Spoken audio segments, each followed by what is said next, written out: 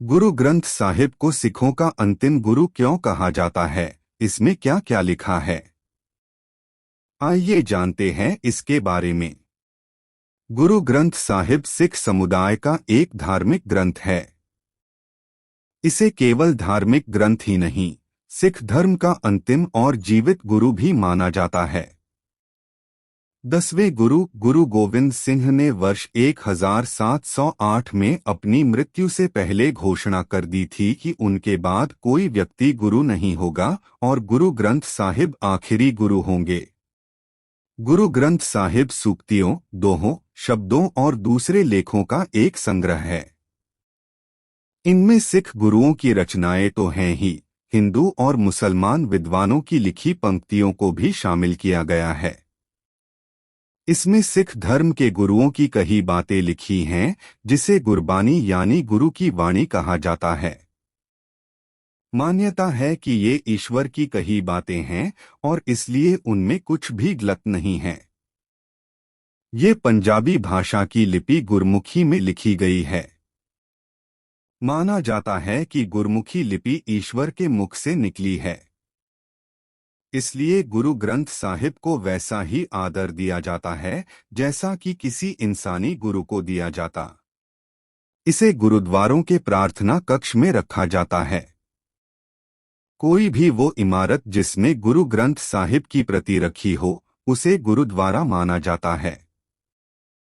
गुरु ग्रंथ साहिब में सिख धर्म के प्रवर्तक और पहले गुरु गुरु नानक की सूक्तियां और प्रार्थनाएं हैं।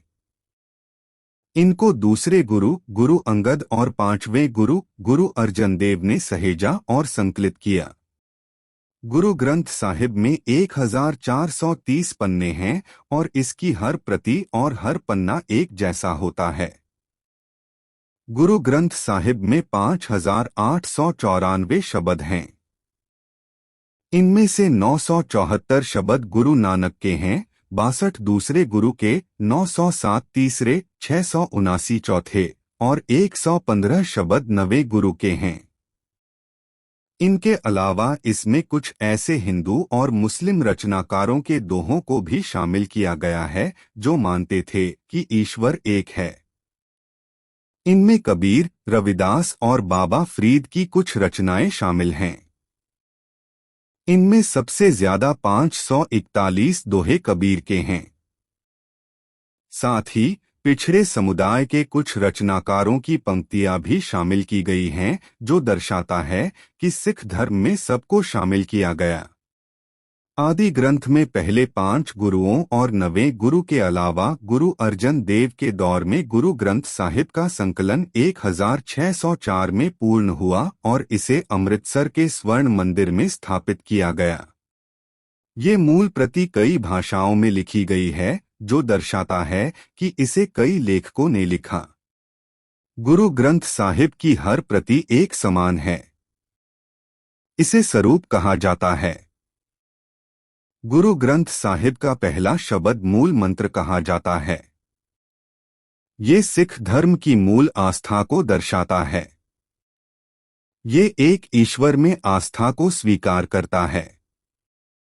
गुरु ग्रंथ साहिब की पहली पंक्ति के शब्द हैं एक ओंकार। इसका मतलब है ईश्वर एक है। गुरु ग्रंथ साहिब को सिखों का अंतिम गुरु माना जाता है। इसलिए सिख मानते हैं कि इसे वही आदर सम्मान देना चाहिए जो कि पहले के गुरुओं को दिया जाता है। गुरु ग्रंथ साहिब को सम्मान देने के लिए ये कुछ कायदे हैं जिनका ध्यान रखा जाता है। गुरुद्वारे में प्रवेश से पहले हर व्यक्ति अपने जूते उतारता है और अपने हाथ धोता है। गुरुद्वारे के भीतर गुरु ग्रंथ साहिब के समक्ष सिर को ढका जाता है। गुरु ग्रंथ साहिब को एक तख्त पर रखा जाता है। ये तख्त मंजी के नीचे रखा जाता है, जो गुरु ग्रंथ साहिब का बिस्तर होता है। इसे मंजी साहिब कहते हैं। इसके ऊपर गुंबदनुमा पालकी होती है, जो उस पूरी जगह को घेरती है जहां गुरु ग्रंथ साहिब रखा जाता है। इसे पालकी साहिब कहते हैं। इसे चुन्नी या चंदोवे से ढका जाता है जो एक मंडप होता है। उसके नीचे गुरु ग्रंथ साहिब को सजेधजे कपड़ों में ढका जाता है जिसे रुमाल्ला साहिब कहते हैं। गुरुद्वारे के प्रार्थना कक्ष को दरबार साहिब कहा जाता है। वहां प्रार्थना के लिए जुटे भक्तों को संगत कहा जाता है। ये ध्यान रखा जाता है कि संगत में बैठे लोगों के सिर गुरु ग्रंथ साहिब से ऊपर ना हो। प्रार्थना कक्ष में आए श्रद्धालु गुरु ग्रंथ साहिब को भेंट या चढ़ावा अर्पित करते हैं। श्रद्धालु कभी भी गुरु ग्रंथ साहिब को पीठ नहीं दिखाते। गुरु ग्रंथ साहिब का पाठ करने वाले व्यक्ति को ग्रंथी कहा जाता है। गुरु ग्रंथ साहिब के पाठ के समय चौरी या चवर से हवा की जाती है जो याक के बालों से बना एक विशेष पंखा होता है। गुरु ग्रंथ साहिब को रात के समय एक अलग कमरे में रखा जाता है।